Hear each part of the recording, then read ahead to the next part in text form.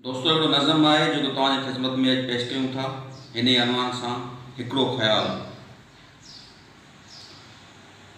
ख़्याल खुदाईअ जहिड़ो मूंखे भाकुर मंझि भरे थो। हिकिड़ो ख़्याल खुदाईअ जहिड़ो मूंखे भाकुर मंझि भरे थो। आऊं सहरा मंझि हुजां थो, मूं में नदी तार वहे थी। ॼण कंहिं पोड़े ज़हन अंदरि यादि जवानी सार वहे थी। हिकिड़ो ख़्याल खुदाईअ जहिड़ो मूं में वणकार वेड़े वठे थो। मूं में सोच जो को त्रोहो शऊर जे समुंड खे जागे कोन किनारे ताईं पुॼंदो। आऊं वेठो ईअं ॾिसां थो, अखियूं खोले जीअं ॾिसां थो।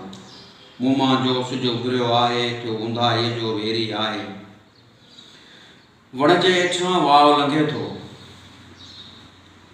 वण जे हेठां वाव लंघे थो। सुकल पन जो साह खणनि था, हेॾे होॾे जीअं ॾिसनि था। धरतीअ मां हिकिड़ी आह उथे थी, मूं मां ॼण साह उथे थी।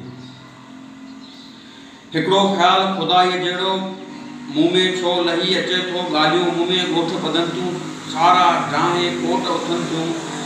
रूपा माड़ीअ ते हू दोदो समुंड ॾांहुं जो नेण खणे थो। साम्हूं वर्दियुनि में ग़ैर ॾिसे थो। आला दीन जी फ़ौज वाहे सिंध ते वीणा सूर ॾिसे थो। केॾो लुछे थो, केॾो पुछे थो। दर में आदीअ जो माड़ीअ मां हिकिड़ो वॾो ट्रक उथे थो। सारे शहर में आहे रोज़ ॾियारी, पाण में ॾिया पोखे पेई। हिकिड़ो ख़्याल खुदाईअ जहिड़ो मूं मां आरस मोड़े उथे थो। हिकिड़ो ख़्याल खुदाईअ जहिड़ो मूं मां आरस मोड़े उथे थो। बुख में माण्हू कोन मरे थो, सावक ऐं सुरहाण ॾिसां थो। किंजर खां कशमोर ताईं माण्हू माण्हू मुर्की पए थो। कारूं झड़ते ॻाढ़ो परचम ख़ुशहाली जा पियो खेल फसाए। हिकिड़ो ख़्याल खुदाईअ जहिड़ो सोच जी झोलीअ मंझि झोले थो। हिकिड़ो ख़्याल खुदाईअ जहिड़ो सोच जी झोलीअ में झूले थो। मुर्कुनि जा के गुल टिड़नि था, मूंखे वासे हीअं वञनि था। चप चपनि ते चार थियनि था, केॾा सारा प्यार थियनि था। राति बि ॾींहं जो ॾेख ॾिए थी, माठार मां जो ठार अचे थी। मुंहिंजी उकंद उथी पवे थी, आऊं प्यादल पंधु पवां थो। तुंहिंजे ताक खां थोरो पुठिते हिकिड़ो पोड़ो झूर मिले थो।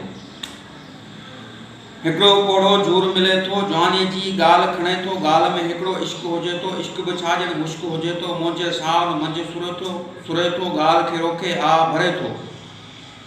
मूंखे मुर्की ईअं चवे थो, अॻिते हाणे कुझु बि न आहे। आऊं पोयां पेर खणा थो, विसाल खां विछोड़ो ठीकु लॻे थो। हिकिड़ो ख़्याल खुदाईअ जहिड़ो मूंखे भाकुर मंझि भरे थो, मूंखे भाकुर मंझि भरे थो।